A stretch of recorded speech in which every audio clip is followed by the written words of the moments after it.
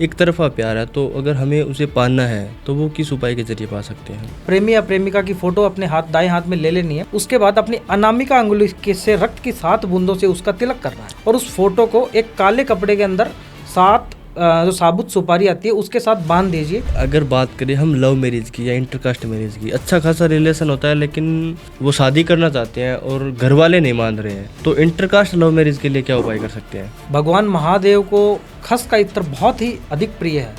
अगर आप अपने प्रेमी जोड़े के साथ में किसी भी शिवालय में जाके खस के इत्र से अगर भगवान का अभिषेक करते हो और अपनी मनोकामना वहाँ भगवान के सामने पेश करते हो, मैं गारंटी से बोलता हूँ सिर्फ 3 दिन के अंदर, सिर्फ 3 दिन यह उपाय करके देख लीजिए, 3 दिन के अंदर अंदर आपके घर वाले शादी के लिए एग्री हो जाएंगे। अगर घर में बहुत ज़्यादा लड़ाई झगड़े बढ़ रहे हैं तो उसके लिए भी कोई उपाय होता है?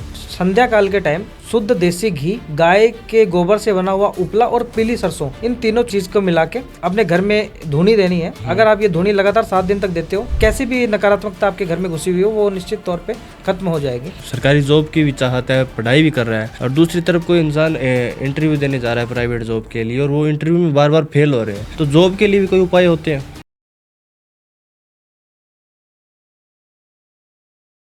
नमस्कार।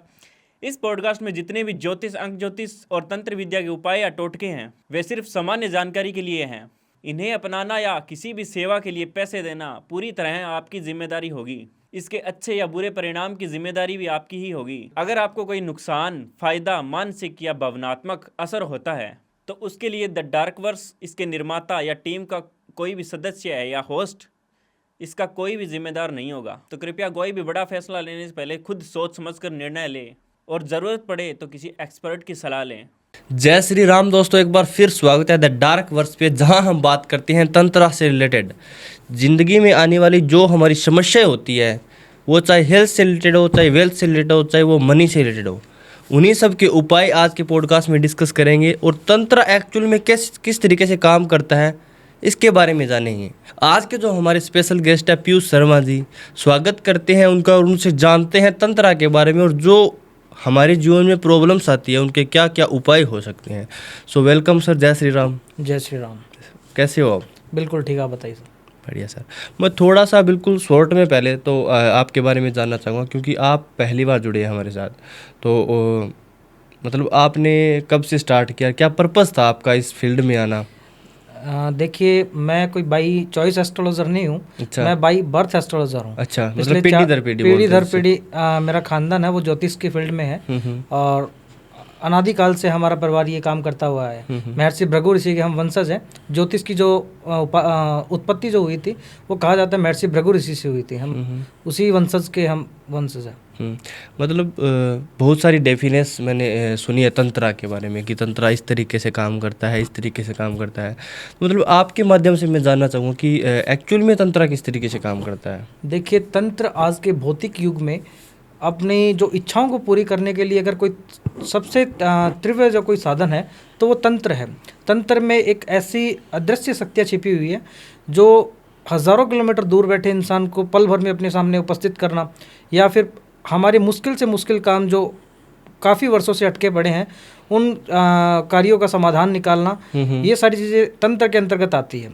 मतलब कहने को ये है कि जो पिछले वर्षों में हम देखते थे, जैसे टीवी में देखते हैं कि किसी को वश में कर लेना और अपने पास बुला लेना, वे सारी चीज़ें पॉसिबल है तंत्र में? 100% पॉसिबल है। देखिए, तंत्र के अंतर्गत षटकर्म माने जाते हैं, जिसमें पहला कर्म जो होता है वो होता है शांति कर्म, दूसरा वशीकरण, तीसरा होता है वो होता है स्तंभन, चौथा विद्वेषण, पांचवा उच्चाटन और छठा मारण। तो इसमें दूसरे नंबर का जो कर्म है वो वशीकरण। वशीकरण वास्तव में कार्य करता है और किसी भी इंसान को वश में करने के लिए यह सक्षम है। ध्यान रहे कि इसका कोई गलत उपयोग नहीं होना चाहिए। अगर अपन इसका कोई गलत उपयोग करते हैं, किसी को परेशान करने के मकसद से अगर वशीकरण का कार्य अपन करवाते हैं तो हो सकता है इसके साइड इफेक्ट अपने को स्वयं को झेलने पड़े। तो पीयूष जी, जैसे आपने वशीकरण की बात की, तो मैं वशीकरण के टॉपिक पर थोड़ा सा आगे बात करना चाहूँगा। उससे पहले मैं आपसे जानना चाहूँगा कि आपने कौन कौन सी साधनाएँ जो की है वो कौन कौन सी की हुई है? देखिए वैसे तो है ना, इन साधनाओं को गुप्त रखा जाना चाहिए, क्योंकि इनकी मर्यादाएं होती हैं, उनका पालन हमें सदैव करना चाहिए। मैंने बहुत से ऐसे लोग देखते हैं जो इस चीज़ का आके बखान करते हैं कि मेरे पास फलानी सिद्धि हैं, फलानी मैंने ये चीज़ सिद्ध कर रखी है। उन सब चीज़ों का बहुत सारे बोलते हैं। इन सब चीज़ों के बारे में कभी बखान नहीं करनी चाहिए। मैं माँ त्रिपुर सुंदरी का साधक हूँ। 10 महाविद्या में जो तीसरे नंबर की जो देवी है वो त्रिपुर सुंदरी है ना। मैं उनका साधक हूँ और उन्हीं की साधना से मैं सारे कार्य हैं वो सिद्ध करता हूँ। आज के भौतिक युग में अगर अपने को लग्जरी को महसूस करना है, अगर अपने को भौतिक सुखों का आनंद प्राप्त करना है, तो मैं अपने दर्शकों को भी यही बताना चाहूँगा कि माँ त्रिपुर सुंदरी की साधना करके वो अपने जीवन में अत्यंत सुख की अनुभूति कर सकते हैं। तो मतलब ये जो साधना है आपने जो माता श्री की है, तो मतलब इनसे आप एक व्यक्ति की क्या क्या प्रॉब्लम सॉल्व करते हो? देखिए, जन्म से लेकर मृत्यु तक की ऐसी कोई भी समस्या नहीं है जो हम सॉल्व नहीं कर सकते हैं। अच्छा। मैं ये नहीं बोल रहा कि सिर्फ मैं ही कर सकता हूँ। जो भी सिद्ध गुरु है, जो जिसके पास ज्ञान है, जिसके पास किसी चीज़ के करने के लिए अगर उसने कुछ चीज़ सिद्ध कर रखी है, तो जन्म से लेकर मृत्यु तक का ऐसा कोई भी कार्य नहीं है जिसमें तंत्र की सहायता नहीं ली जा सकती हो। अच्छा, तो मतलब अगर हम वशीकरण की बात करें सर, तो वशीकरण आज के टाइम में आप किस नज़रिए से देखते हो? देखिए, वशीकरण वैसे तो हालांकि वशीकरण का कोई गलत उपयोग नहीं होना चाहिए, लेकिन आज के टाइम पे कुछ ऐसे ढोंगी लोग जो मैंने देखे हैं, जो कुछ पैसों के लालच में और किसी दूसरे इंसान की ज़िंदगी बर्बाद करने पे तुल जाते हैं। ढोंगी, अगर आपने शब्द लिया है ढोंगी का, तो ढोंगी को कैसे पहचान सकते हैं? क्या पहचान होती है उसकी? देखिए, ढोंगी को पहचानने की जो सबसे बड़ी पहचान है वो तो यही है कि वो किसी भी चीज़ को करने के लिए ना मतलब ऐसी ऐसी बातें उनके सामने करेंगे, दावा करेंगे, अपने आप को ईश्वर से बड़ा साबित करने की कोशिश करेंगे कि ईश्वर भी मेरे सामने कुछ नहीं है, जबकि ये चीज़ पॉसिबल नहीं है। अगर अपने को भगवान से कुछ भी चाहिए तो हमें भगवान के सामने सरेंडर होके उनके सामने पेश होना पड़ता है, अपने आप को उनके सामने सरेंडर करना पड़ता है, तब जाके ये एक साधक की बहुत बड़ी पहचान है। साधक की सबसे बड़ी पहचान ये भी है कि अगर कोई भी वास्तव में साधक है तो वो काम से, क्रोध से, मद से, लोभ से, लालच से, द्वेष से और ईर्ष्या से हमेशा दूर रहता है। अच्छा, तो सर अगर मान लीजिए मुझे किसी को पहचानना हो कि ये सच्चा एस्ट्रोलॉजर, सच्चा तांत्रिक है या फिर ये ढोंगी है, तो मैं किस तरीके से पहचान सकता हूँ उन्हें? देखिए, वैसे तो ऐसा कोई उनको प्रमाणित करने का ऐसा कोई मेरे हिसाब से कोई रास्ता नहीं है। जब तक अपन सामने वाले इंसान के समक्ष चले नहीं जाते या फिर उसको आजमा नहीं लेते, तब तक यह बताना बहुत मुश्किल है कि वो सही है या गलत है ना।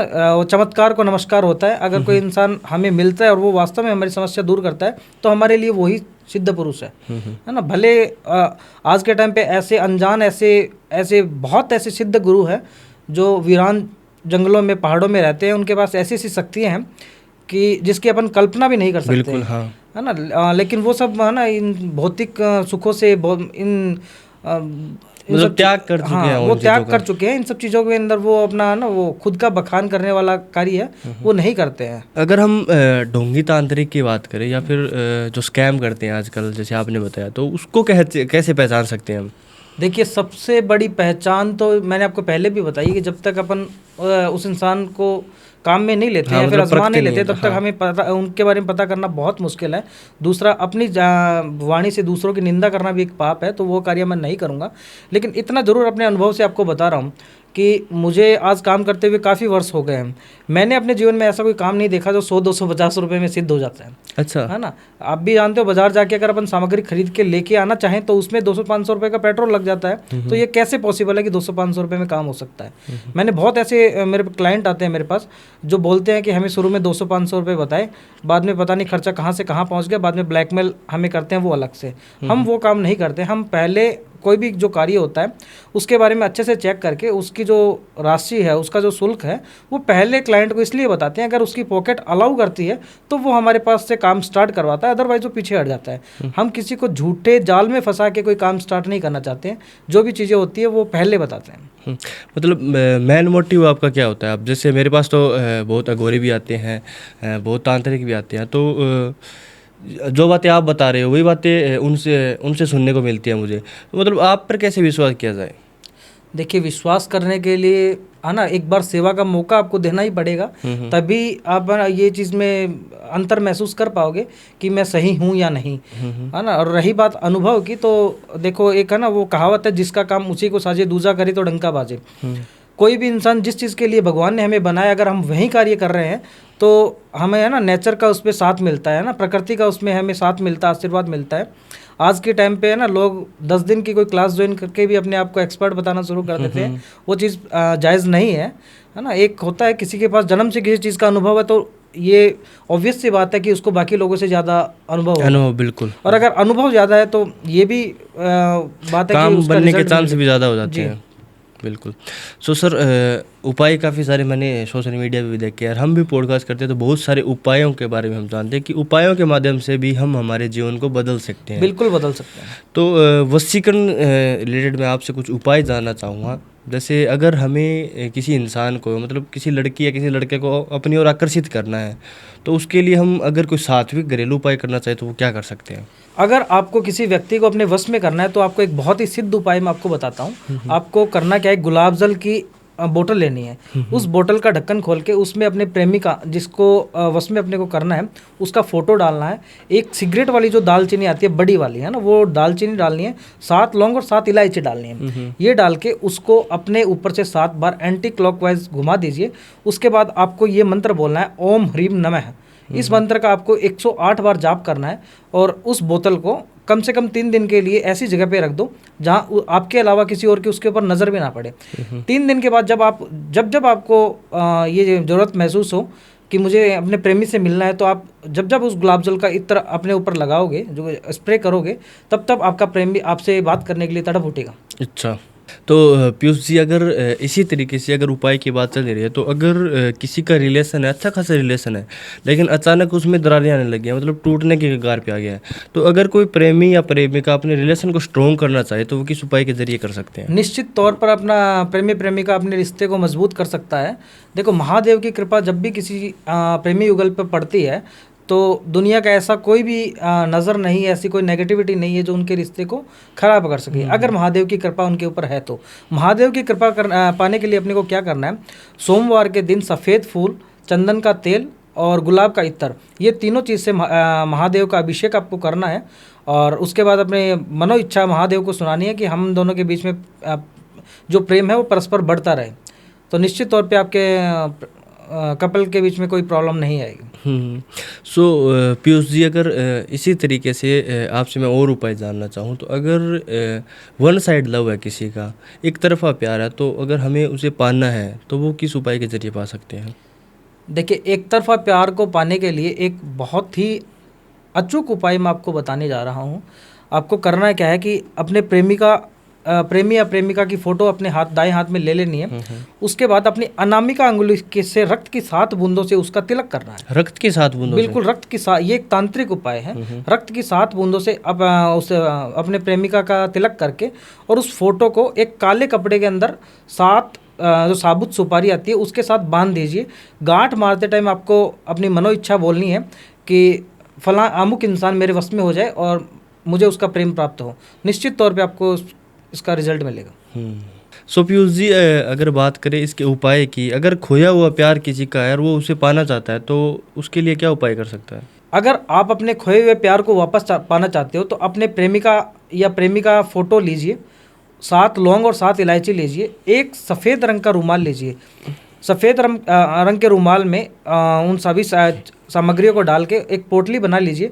उस पोटली को अपने प्रेमी के फ़ोटो से 7 बार उल्टा घुमा के किसी ऐसे सुनसान जगह पे जाके किसी पेड़ की जड़ में दबा दीजिए जहाँ किसी इंसान की उसके ऊपर नज़र ना पड़ सके। मैं कह रहा हूँ 24 घंटे के अंदर अंदर वह इंसान भागा आएगा आपके पास। सो सर अगर बात करें हम लव मैरिज की या इंटरकास्ट मैरिज की, अच्छा खासा रिलेशन होता है लेकिन वो शादी करना चाहते हैं और घर वाले नहीं मान रहे हैं, तो इंटरकास्ट लव मैरिज के लिए क्या उपाय कर सकते हैं?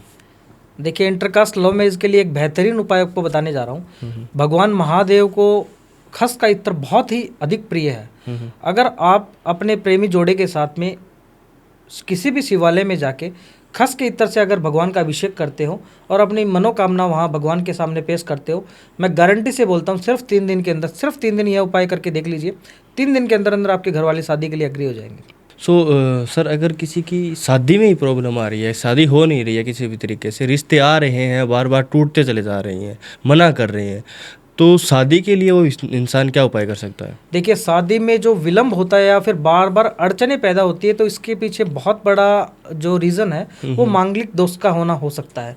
अगर किसी इंसान की कुंडली में मांगलिक दोष होता है तो 27 वर्षों तक उसकी शादी में 27 वर्ष तक इसका प्रकोप बहुत ज़्यादा होता है, तो उसकी शादी में निश्चित तौर पर देरियाँ होती है। अच्छा। किसी केस में अगर शादी हो भी जाती है तो बात तलाक तक पहुंच जाती है। अच्छा, मतलब 27 के बाद शादी होगी इनकी? बिल्कुल बिल्कुल। तो अगर शादी में देरी हो रही है तो मैं आपको एक बहुत सिद्ध उपाय आपको बता रहा हूँ। रणथंभौर राजस्थान में एक जगह है, वहाँ पर एक मंदिर है गणेश जी का, जिनका नाम है त्रिनेत्र गणेश जी।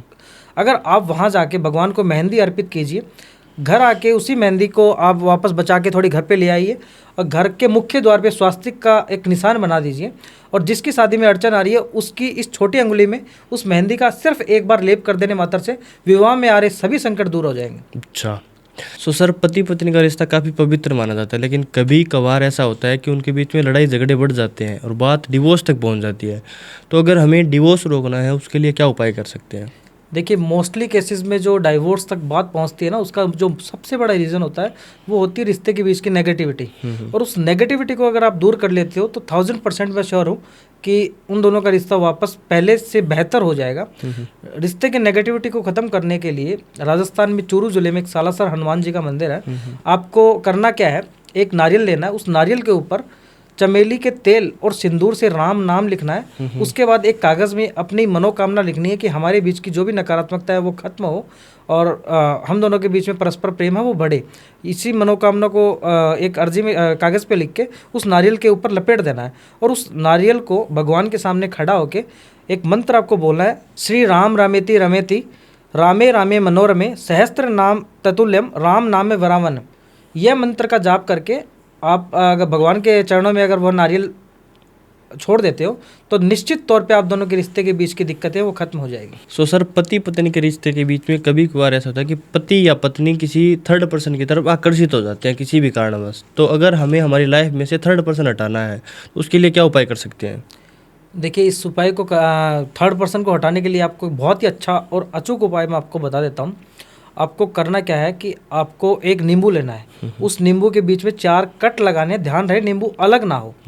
उस कट के बीच में आपका यूज़ किया हुआ सिंदूर, मेहंदी और जो थर्ड पर्सन है उस थर्ड पर्सन का के नाम की एक पर्ची उस नींबू के अंदर डाल दीजिए। उसके बाद उस नींबू के अंदर 3 पिन, ऑल पिन जो आती है 3 पिन चुबा दीजिए। उसको अपने सर से 7 बार घुमा के कोई ऐसा सूखा हुआ कुआं आपको मिल जाएगा अपने आसपास जहाँ अभी पानी नहीं होता हो, उस कुएं में डाल दीजिए। ऐसा करने मात्र से थर्ड पर्सन हमेशा हमेशा के लिए आपकी ज़िंदगी से हट जाएगा।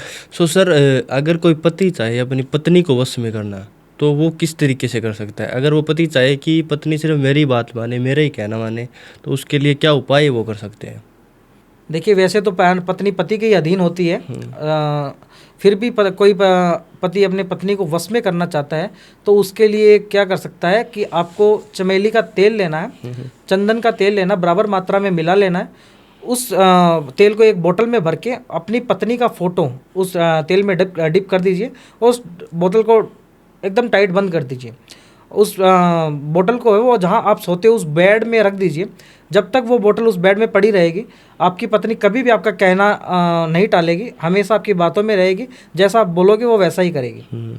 तो सर, इसी तरीके से अगर किसी पत्नी को अपने पति को वश में करना हो और वो पत्नी चाहे कि पति सिर्फ मेरी बात माने और मेरे कहने के बिना चले तक ना, तो उसके लिए क्या उपाय कर सकते हैं? सेम उपाय आप कर सकते हो। अगर आपको अपने पति को भी वश में करना है तो आप चंदन का तेल और चमेली का तेल बराबर मात्रा में लेके एक कांच की शीशी में भर लीजिए।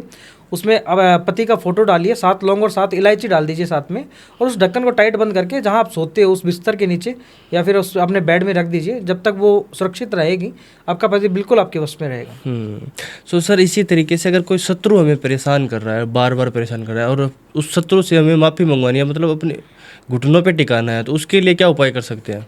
इसके लिए बहुत ऐसे अचूक उपाय हैं, बहुत ऐसे सिद्ध स्थान है जहाँ वो अगर आप उपाय करते हो तो निश्चित तौर पर आपका शत्रु है वो घुटने टेक देगा। अच्छा। देखो, 10 महाविद्या में जो 8वें नंबर की जो देवी है माँ बगलामुखी, वो शत्रु की जीभ पकड़ने के लिए जानी जाती है ना। शत्रु को अगर परास्त करना है, शत्रु को अगर घुटनों पे लाना है तो बगलामुखी से अच्छा कोई स्थान नहीं है जहाँ आप जा सकते हो। वहाँ जाके आप माँ बगलामुखी को एक दिव्य हवन वहाँ आप करवाइए, निश्चित तौर पे आपका शत्रु है वो शांत हो जाएगा। सो सर कभी कभार ऐसा होता है कि चलता चलता बिजनेस अचानक बंद हो जाता है, कारोबार एकदम ठप हो जाता है, तो अगर हमें हमारा कारोबार वापस से स्टार्ट करना है और उसी लेवल पे ले जाना है तो उसके लिए क्या उपाय कर सकते हैं? देखिए, चलता हुआ कारोबार अगर बंद हो जाता है तो निश्चित तौर पे वो नज़र दोस्त की वजह से भी बंद हो सकता है। अगर किसी भी व्यक्ति को लगे कि मेरे ऊपर नज़र लग गई है तो आपको करना क्या है, शनिवार के दिन जल के अंदर नील जो आती है ना, जो अपन कपड़ों में लगाते हैं, उस नील को मिला के उस नीले पानी से भगवान शंकर का अभिषेक कीजिए। कितनी भयंकर से भयंकर नज़र लगी हुई हो, घर पहुंचने से पहले आपको पॉजिटिविटी फील होना स्टार्ट हो जाएगी। सो सर इसी तरीके से अगर बात करें नए बिजनेस की, अगर कोई नया बिजनेस स्टार्ट कर रहा है, कोई आपकी शॉप कर रहा है, तो उसके लिए वो चाहे कि ग्राहकों की लाइन लग जाए, तो उसके लिए क्या उपाय कर सकता है वो? देखिए, इसके लिए जो सबसे अचूक उपाय है, जो सात्विक उपाय है, वो तो ये है कि आपको जब आपका दुकान आप खोलो तो आप है ना भगवान अपने इष्ट को याद करके दुकान खोलो। उसके बाद है ना दुकान में एक बहुत ही अच्छा एक स्त्रोत है जिसका नाम है कनक धारा स्तोत्रम। अगर आप कनक धारा स्तोत्रम का पाठ अपने दुकान में लगाते हो, कनक धारा स्तोत्रम से भगवान आदि शंकराचार्य ने धन की वर्षा करवाई थी, ठीक है ना। अगर आप कनक धारा स्तोत्रम अगर आप अपनी दुकान में निरंतर सुनते हो तो 100% आपकी दुकान में धन की वर्षा होगी। सो सर कभी कभार ऐसा होता है कि घर में या फिर इंसान को खुद नेगेटिविटी बहुत ज़्यादा फील होती है, ना तो काम में मन लगता है, ना कोई किसी से बात करता है तो मन लगता है। अगर घर की नेगेटिविटी या फिर किसी इंसान की नेगेटिविटी हमें दूर करनी है तो उसके लिए क्या उपाय कर सकते हैं? देखिए, उसके लिए हमें देखना पड़ेगा कि वो नेगेटिविटी किस वजह से है। अगर वो किसी तंत्र की वजह से अगर वो अपने घर में कोई तंत्र अपने घर में प्रवेश कर चुका है तो उसके लिए अलग उपाय है।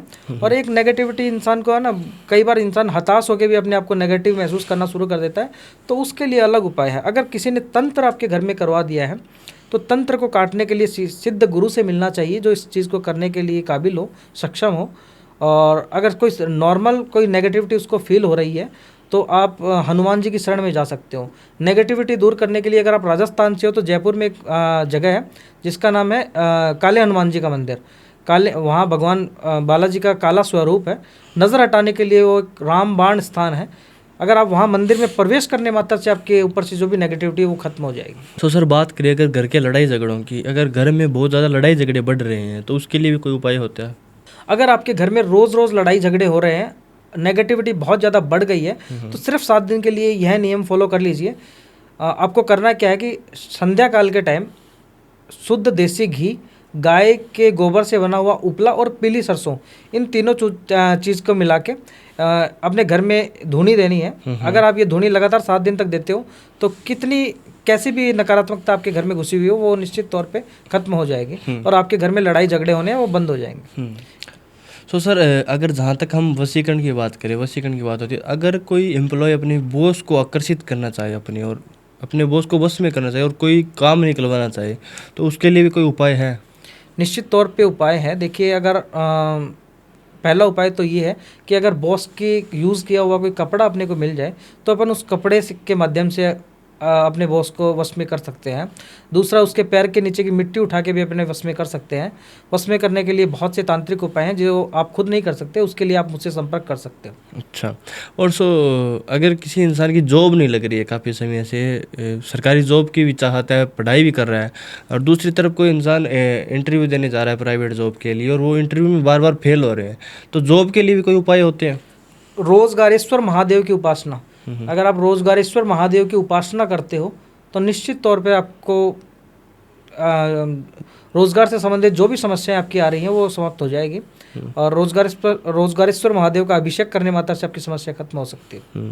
सो सर कभी कभार ऐसा होता है कि घर में पैसा आता है लेकिन टिकता नहीं है, या फिर पैसा अचानक आना बंद हो जाता है किसी भी तरीके से। हमने ऐसा सुना है, तंत्र के बहुत सारे पॉडकास्ट भी करते हैं, कुछ जगह हमने सुना भी है कि लक्ष्मी बंधन करवा देते हैं वो, तो उसके लिए क्या उपाय कर सकते हैं? देखिए, इसके लिए अगर अपन क्या कर सकते हैं कि हमारे ही घर की लक्ष्मी यानी अपनी पत्नी, अपनी बहन, अपनी माँ के द्वारा शुक्रवार के दिन अगर वो उपवास रख के लाल आसन पे विराजमान होकर माँ लक्ष्मी की आराधना करे और ललिता स्तोत्रम या फिर कनक धारा स्तोत्रम का पाठ करे तो कितना ही बड़े से बड़ा बंधन किया हुआ हो, सिर्फ 7 शुक्रवार अगर वो कर लेते हैं तो 1,00,000% वो तंत्र कट जाएगा और माँ लक्ष्मी की कृपा प्राप्त होना वो शुरू हो जाएगी। लक्ष्मी की कृपा पाने के लिए महादेव की उपासना भी बहुत ज़्यादा जरूरी है, क्योंकि महादेव की उपासना से ही लक्ष्मी को धन की देवी बोला गया, कुबेर को धन का संरक्षक बताया गया, और रावण को सोने की लंका मिली तो वो सिर्फ महादेव की कृपा से मिली। अगर आप महादेव की कृपा अगर आपके ऊपर प्राप्त है तो लक्ष्मी आपके पीछे आएगी ही आएगी। महादेव की कृपा प्राप्त करने के लिए आप माखन का शिवलिंग बनाकर, अगर माखन का, बिल्कुल माखन का, गाय के दूध से अगर आप माखन तैयार करके उसका शिवलिंग बनाकर अगर उसकी आराधना करते हो तो निश्चित तौर पर माँ लक्ष्मी की कृपा आपके ऊपर प्राप्त होगी। अन्न धन के भंडार भरे रहेंगे, कभी धन की कमी आपके घर में नहीं आ सकती है। ये चीज़ मैं आपको लिख कर दे सकता हूँ कि अगर आपने माखन से जीवन में एक बार भी महादेव का अभिषेक किया है तो आपके घर में धन की कमी तो कभी नहीं हो सकती। तो सर इसी तरीके से अगर हम चाहे घर में अन्न धन के भंडार बढ़ा रहे तो उसके लिए क्या उपाय कर सकते हैं? देखिए, इसके लिए अगर आप है ना अपने रसोई घर में महादेव का एक चित्र है जिसमें वो अन्नपूर्णा से भिक्षा मांग रहे हैं, अगर उसका एक फ़ोटो गूगल पे आपको मिल जाएगा, उसका प्रिंट आउट निकाल के उसका एक फ़ोटो अपने घर में लगा दीजिए। सिर्फ 7 दिन में रात और दिन का अंतर अगर महसूस नहीं करो तो मैं यहाँ आना बंद कर दूंगा। अच्छा जी। सो सर अगर हम आज के टाइम की बात करें, जो पिछले कुछ युग थे उसमें कुंडलियों की बात होती थी, महर्षियों की बात होती या फिर एस्ट्रोलॉजी की ज़्यादा बात होती थी, वैदिक की। आज के युग में अगर हम बात करें तो तंत्रा की ज़्यादा बात होती है। हर कोई इंसान अपना काम तंत्रा से करवाना चाहते हैं, तो ऐसा क्यों हो रहा है? आज के टाइम में लोग तंत्र का सहारा इसलिए लेते हैं क्योंकि तंत्र से रिजल्ट मिलता है वो बहुत ही जल्दी मिल जाता है। ये बहुत सुगम तीव्र रिजल्ट देने वाला होता है, और इस तंत्र मार्ग के अंदर किसी भी चीज़ को पाने के लिए बहुत ज़्यादा नियम नहीं होते, बहुत ज़्यादा कोई उसके विधि विधान नहीं होते कि अपने को उस चीज़ को फॉलो करना पड़ेगा, और बहुत अधिक शिक्षा की भी ज़रूरत नहीं है। एक अनपढ़ व्यक्ति भी तंत्र मार्ग में आके अपनी सिद्धियाँ सिद्ध कर सकता है। इसके बहुत बड़े उदाहरण हैं महर्षि वाल्मीकि। उनको सही से राम राम भी उनसे नहीं बोला जाता था, और फिर साधुओं के अनुरोध पे साधुओं ने जब उनसे कहा अगर राम राम नहीं बोला जा रहा था तो तुम मरा मरा बोलो, वो अपने आप राम राम बन जाएगा। तो वो राम राम मरा मरा बोल के राम राम बोलते हुए इतने बड़े साधक बन गए कि आने वाले समय में उन्होंने महर्षि वाल्मीकि रामायण के रचयिता बने। दूसरा इसके सबसे बड़े उदाहरण महर्षि कालिदास जी भी हैं, वो भी अनपढ़ थे, बावजूद वो बहुत बड़े साधक बने। तो तंत्र क्रियाओं में कोई बहुत अधिक पढ़ाई की, बहुत अधिक नियमों की इनकी आवश्यकता नहीं होती। सो पीयूष जी, अगर हम मेनली वशीकरण की बात करें तो अगर उनके उपायों की मैं बात करता हूँ तो ऐसा कोई मंत्र या फिर ऐसा कोई उपाय है वशीकरण का जो सबसे पावरफुल हो या और जल्द काम करे? अगर आपको किसी को अपने वश में करना है या फिर वशीकरण करना है, अगर आप चाहते हो कि वो इंसान आपको छोड़ के कभी नहीं जाए, तो आपको एक उपाय बताता हूँ। आपको किसी भी शुक्रवार के दिन बाजार से एक गुलाब का फूल खरीदना है और उस गुलाब के फूल को अपने हाथ में लेके यह मंत्र बोलना है। मंत्र आपको बता देता हूँ। ओम चामुंडे जय जय वश्यम करी जय जय सर्व सत्वान नमः स्वाहा। इस मंत्र का जाप 11 बार करके उस गुलाब को अपने प्रेमी को भेंट कर दीजिए। निश्चित तौर पे वह आपको छोड़कर जाने की सोचेगा भी नहीं। सो सर, इसी तरीके से अगर कोई इंसान आउट ऑफ इंडिया जाना चाहता है, विदेश जाना चाहता है, किसी भी कारणवश विदेश जाने में उसके रुकावटें आ रही है, तो उसके लिए वो क्या उपाय कर सकता है? अगर विदेश जाना चाहते हो तो मैं इसके लिए आपको 2 उपाय बता देता हूँ। पहला उपाय अंक ज्योतिष का है। आप ऐसा मोबाइल नंबर खरीदिए जिसमें लास्ट में 6555 या 5666 हो। अगर यह नंबर आपको मिल जाता है तो विदेश जाने के लिए आपका योग खुल जाएगा। ओके। दूसरा उपाय मैं आपको बता देता हूँ। बाजार से एक ऐसा हवाई जहाज़ का चित्र खरीदिए जिसमें वो आगे से उठा हुआ हो या फिर हवा में उड़ता हुआ हो। उसको घर ला के नॉर्थ वेस्ट की दिशा में लगा दीजिए। विदेश जाने के योग बिल्कुल खुल जाएंगे। ओके। सो सर, बहुत सारी रील्स हम देखते हैं, आपने भी पॉडकास्ट के मीड में इसका जिक्र किया कि माखन का शिवलिंग बनाकर अगर उसकी हम पूजा करते हैं तो धन वर्षा होती है या फिर अन्न धन के भंडार भरे रहते हैं घर में, तो इसके पीछे क्या लॉजिक है? देखिए, माखन की शिवलिंग का इतिहास अगर अपन देखें तो जो महापंडित रावण थे उन्होंने इस माखन की शिवलिंग बनाकर भगवान शिव की आराधना करी तो उनको सोने की लंका मिली। अच्छा। माँ लक्ष्मी ने आराधना करी तो उनको धन की देवी कहा गया। और भगवान कुबेर ने जब माखन का शिवलिंग बनाकर भगवान शिव की आराधना करी तो भगवान ने उनको धन का संरक्षक बनाया।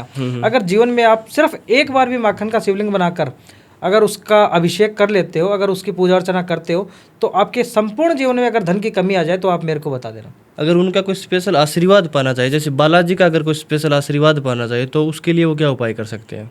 अगर आप हनुमान जी की कृपा अपने जीवन में विशेष रूप से प्राप्त करना चाहते हो तो एक बहुत अचूक मंत्र मैं आपको बता रहा हूँ जिसका नाम है श्री राम तारक मंत्र। अगर वो मंत्र आप भगवान श्री हनुमान जी के चरणों में, सालासर नरेश के चरणों में उनके सामने खड़े होकर अगर बोल देते हो, सिर्फ एक बार बोल देने से आपकी जीवन बदल जाएगा। ये चीज़ मैं आपको दावे से बोल रहा हूँ। भगवान हनुमान जी की विशेष कृपा आपके ऊपर बरसेगी। वो मंत्र इस प्रकार से है, श्री राम रामेति रामेति रमे रामे मनोरमे सहस्त्र नाम तैतुल्यम राम नाम वरानने। अगर यह मंत्र आप बालाजी को एक बार भी सुना देते हो तो आपको हनुमान जी की विशेष कृपा प्राप्त होगी, क्योंकि ये राम की स्तुति है। और इस मंत्र का सिर्फ एक बार जाप करने से विष्णु सहस्त्र नाम के पाठ का फल प्राप्त होता है। तो सर काफ़ी टाइम हो गया और मैं आपसे ज़्यादा टाइम नहीं लेना चाहूँगा। जाते जाते मैं एक आखिरी सवाल आपसे पूछना चाहूँगा। अगर किसी पति पत्नी के बीच अनबन है तो उसे वह ठीक करना चाहते हैं तो उसके लिए क्या उपाय कर सकते हैं? देखिए, हमारे हिंदू धर्म में एक ग्रंथ है जिसका नाम है दुर्गा सप्तशती। दुर्गा सप्तशती से पावरफुल इस संसार में मेरी नज़र में ऐसा कोई ग्रंथ ही नहीं है। दुर्गा सप्तशती के अंदर एक स्तोत्रम आता है जिसका नाम है सिद्ध कुंजिका स्तोत्रम। अगर सिद्ध कुंजिका स्तोत्रम आप रात के टाइम सिर्फ 21 दिन के लिए 21 पाठ का अगर आप संकल्प लेते हो तो भले आप एक दूसरे का मुंह तक देखने को राजी ना हो, वो इंसान भी आपके पैरों में गिरने के लिए राजी हो जाएगा। अच्छा। ये एक बहुत पावरफुल स्तोत्रम है। अगर सिद्ध कुंजिका स्तोत्रम आप करते हो तो प्रेमी प्रेमी, पति पत्नी या फिर किसी भी प्रकार की बाधाओं को दूर करने के लिए ये सक्षम है। इस स्तोत्रम का पाठ करके आप माँ भवानी की दिव्य शक्तियों का आभास कर सकते हो। इस पॉडकास्ट के माध्यम से मैं आपके दर्शकों को भी यह संदेश देना चाहता हूँ, अगर आप जीवन में बहुत ज़्यादा हताश हो चुके हो, अगर नकारात्मकता बहुत ज़्यादा हावी हो चुकी है, अगर आपके लव रिलेशनशिप में बहुत ज़्यादा इश्यूज आ रहे हैं तो एक बार मुझसे संपर्क करें, निश्चित तौर पर आपकी समस्या का समाधान करके दूंगा। ओके सर, बहुत बहुत धन्यवाद सर, आपने इतना टाइम दिया, आपने जो हमारे लिए टाइम निकाला है और आपके जो उपाय हैं मुझे पर्सनली बहुत अच्छे लगे। आई होप हमारी जो ऑडियंस है उनकी जो प्रॉब्लम है उनकी प्रॉब्लम में आई होप उनके काम में आए। सो इसके लिए बहुत बहुत धन्यवाद sir. Thank you so much. Thank you so much. जय श्री राम। जय श्री राम। सो बहुत बहुत धन्यवाद आप सभी का भी पॉडकास्ट को एंड तक देखने के लिए। अगर ये एपिसोड आपको पसंद आया तो चैनल को सब्सक्राइब, वीडियो को लाइक एंड शेयर जरूर कर दीजिए। धन्यवाद। जय श्री राम।